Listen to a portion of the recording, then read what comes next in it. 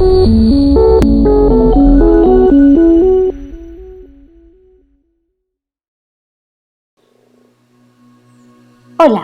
hoy vamos a hablar de leyes de los gases.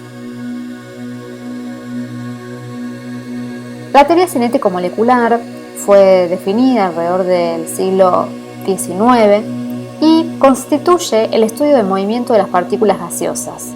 Para ello se basa en la energía cinética, es decir, el movimiento de las partículas, los choques entre partículas que hemos visto en la clase anterior, se trata en este caso de la presión, el volumen, las fuerzas de atracción y también la temperatura del gas. Sostiene que todo gas ejerce presión sobre el recipiente que lo contiene, que el volumen del gas es despreciable, es decir, prácticamente no se tiene en cuenta si se lo compara con ese recipiente, que la energía cinética de las moléculas gaseosas dependen de la temperatura absoluta, esa temperatura medida en escala Kelvin, las fuerzas de atracción son despreciables y que las partículas se mueven continuamente al azar, también en línea recta. En consideración con la teoría cinético-molecular surgieron tres leyes de los gases.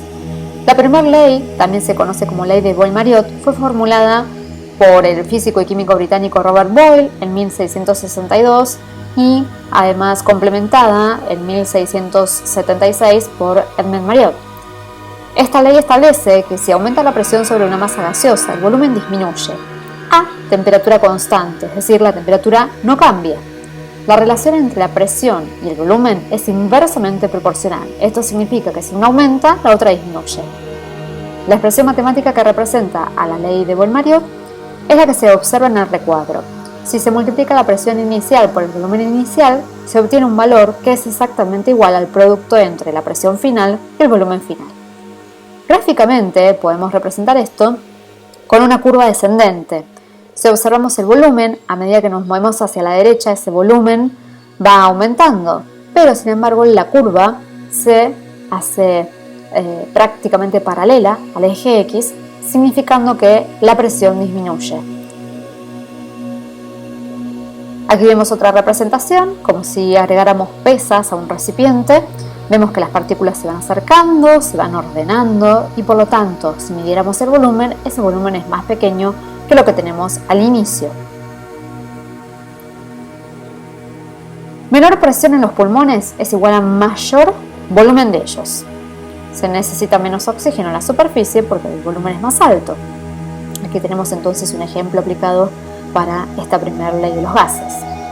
Mayor presión en los pulmones es igual a menor volumen de estos.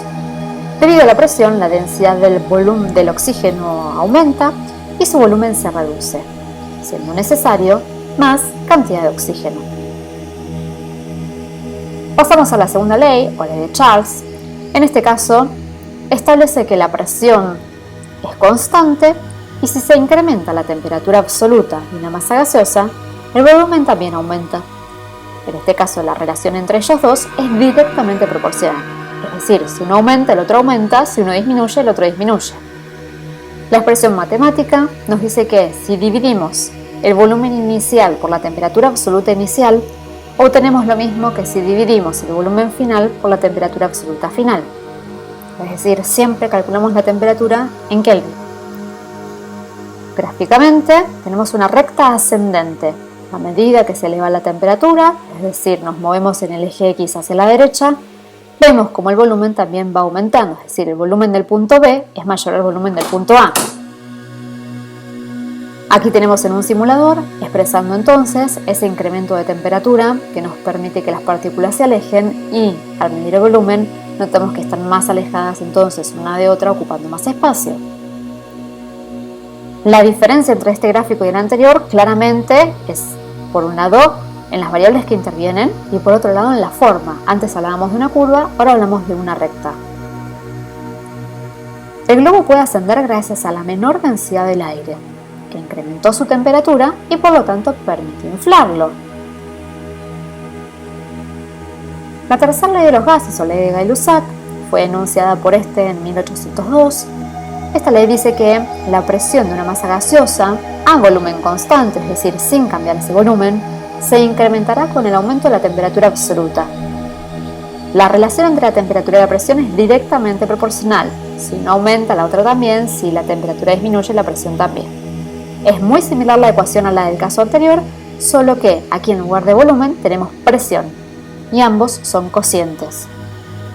El gráfico entonces será muy parecido, tenemos una recta ascendente también, pero en el eje vertical en lugar de volumen tenemos representada a la presión. La presión del punto 2 es mayor a la del punto 1, porque la temperatura 2 es mayor a la temperatura 1. Aquí tenemos la representación gráfica entonces. El volumen se mantiene exactamente igual, es decir, no cambió, es el tamaño del recipiente, pero si le damos más temperatura, su presión aumentará y los choques entre partículas serán mayores. Cuando un aerosol se expone al calor, ¿qué puede ocurrir? Esto se debe a que el aumento de la temperatura provoca un aumento de la presión del gas. Como el envase se mantiene con igual volumen, en un caso extremo no logra resistir el choque entre las partículas y finalmente explota.